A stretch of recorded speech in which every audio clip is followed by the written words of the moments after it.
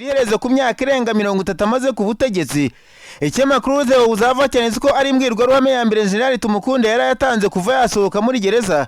Uyu musirikare uri mu kiruhuko cy'izabukuru wabaye mu butegetsi bwa Museveni yavuze ko nubwo igihugu gihanganye na COVID-19 bitagakwiye guhuma amaso amashyaka atavuga n'ubutegetsi, ahubwo bakwiye kwibuka ko hasigaye amezi make igihugu kikajya mu matora ya perezida ya 2021. General Tumukunde avuga ko aherutse gufungwa ku maherere kuko ngo yazize ko yagaragaje inyota yo gusimbura uhoze ari shebuja mu ntebe y'utuzindi mu gihugu. Akurikije uko yafunzwe yavuze ko amashyaka yose atavuga n'ubutegetsi bwa Museveni akwiye guhaguruka akarwanya icyo yise akarengane kashinze imizi. Amatora ya perezida muri Uganda ateganijwe mu kwezi kwa kabiri k'umwaka utaha. Nyamara ariko hari abakeka ko ashobora kutazaba kuko General Museveni aherutse kuvuga ko akurikije uko ibintu bihagaze mu gihugu kubera coronavirus kujyana igihugu mu matora byaba ari ubusazi. Nararanganyije amaso mu binyamakuru byandikirwa muri Kenya, abanyamakuru bashyize amakaramu ku mpapuro barandika.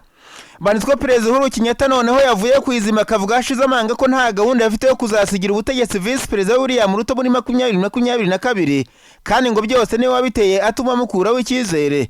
Ikinyamakuru Daily Nation cyanditswe Bwana Kenyatta mu kiganiro na komite y'ishyaka Jubilee yeruye ko William Ruto atigeze arazwa ishinga no guteza imbere igihugu, ahubwo yarahugijwe no kwiyamaza kuza mu mutegetsi mukuru nyuma ye. Iki kinyamakuru cyanditswe muri iyo nama bamwe bavuze ko itari inama kuko nta wundi wavuze uretse Kenyatta. Mu minota 30 yamaze 25 yayimaze agaragaza impamvu yanze William Ruto.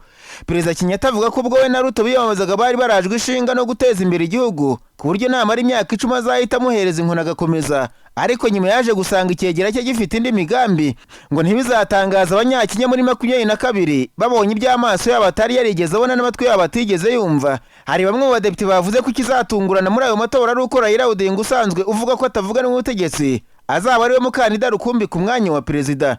Abashinga amategeko bamwe basa n'abatera urwenya bavuze ko umunyeshuri ufite insanganyamatsiko yo kwandikaho igitabo ku muntu ku isi kuba perezida byananiye bakwiye gufata urugero rwiza rwa William Ruto kuko kwihangana byamunaniye none akaba abuze byose. Ninyabije muri Tanzania abanyamakuru bakojeje ba muri no barandika. Banditse ko amashyaka akomeye atavuga n'ubutegetsi muri Tanzania Chadema na ACT Wazalendo yaba yemeranijwe kuzafatanya agakorera hamwe mu matora ya perezida mu kwezi kwa 10 uyu mwaka agatanga umukandida umwe ku mwanya wa perezida. Ishyaka Chadema riherutse gutangaza ko amarembo afunguye ku mutwe wa politiki ufite gahunda ushaka ko bashyira hamwe ibizwi nka coalition muri politiki. Ikinyamakuru The Citizen cyanditswe umunyamabanga mukuru wa ACT Wazalendo yemeye ko bamaze kwandikira Chadema bimenyesha ko biteguye guhekana mu matora bakareba ko watsinda CCM rya Dr John Pombe Magufuli ushaka manda ya kabiri. Icyakora umunyamabanga mukuru wungirije wa Chadema yabwiye icyo kinyamakuru ko ataramenya amakuru neza, ariko ngo ACT Wazalendo ntabwo ari ishyaka rito ryajya kwiyandikishaho inkuru gusa ngo nta shyaka rifite gahunda yo guhekwa ritazahekwa igihe rizaba ryabishatse muri ayo matora. Agaseke k'amakuru mu karere ngapfundikiriye muri Kongo kishatse abanyamakuru bicaye imbere mudasobwa barandika. Banditswe abasirikare b'abanyamahanga barirwa mu ijana binjiye ku butaka bwa Kongo rwihishwa bagera mu ntara y'Ituri bahangayikishije abaturage. Radio Okapi yavuze ko abasirikare b'Abanyasudani y'Epfo bavuga ko bahomereye umwanzi, ariko umuvugizi w'igisirikare cya Kongo mu ntara y'Ituri yavuze ko baje kwiba abaturage kuko ako gace kubera umutekano muke abaturage bavuye mu byabo bagahunga. Societe civile muri Ituri yavuze ko abo basirikare b'abanyamahanga ari ubwa gatatu mu cyumweru kimwe binjiye ku butaka bwa Kongo ngo nta muntu babonye kandi bakaba bafite n'ibitwaro bya rutura.